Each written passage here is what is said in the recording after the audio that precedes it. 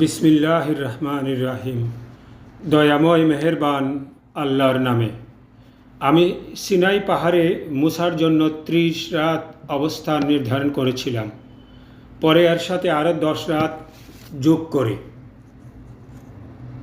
এভাবেই তার প্রতিপালকের নির্ধারিত মেয়াদ 40 রাত পূর্ণতা পায়।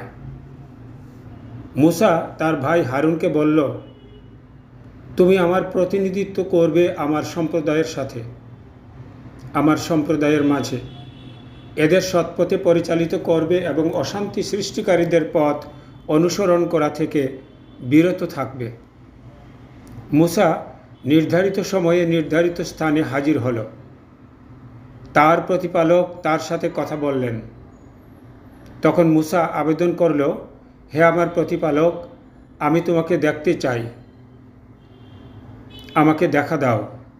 আল্লাহ বললেন, হে মুসা, তুমি আমাকে কখনোই দেখতে পারবে না, তবে হ্যাঁ, সামনের পাহাড়ের দিকে তাকিয়ে থাকো।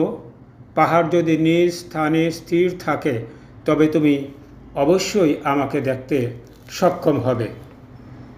এবং তার প্রতিপালক পাহাড়ে তার মহিমার উজ্জ্বল দ্যুতি প্রকাশ করার সাথে সাথেই পাহাড় ভস্ম হয়ে গেল আর মুসা অজ্ঞান হয়ে পড়ে রইল। জ্ঞান ফেরার সাথে সাথে মুসা অনুশোচনা প্রকাশ করল, তুমি মহাপবিত্র, তওবা করে আমি তোমার কাছেই ফিরে এসেছি। তোমাকে বিশ্বাস করার ব্যাপারে আমি সব সময় প্রথম। সূরা আরাফ আয়াত 142, 143, 144। আল কুরআন বাংলা মর্মবাণী।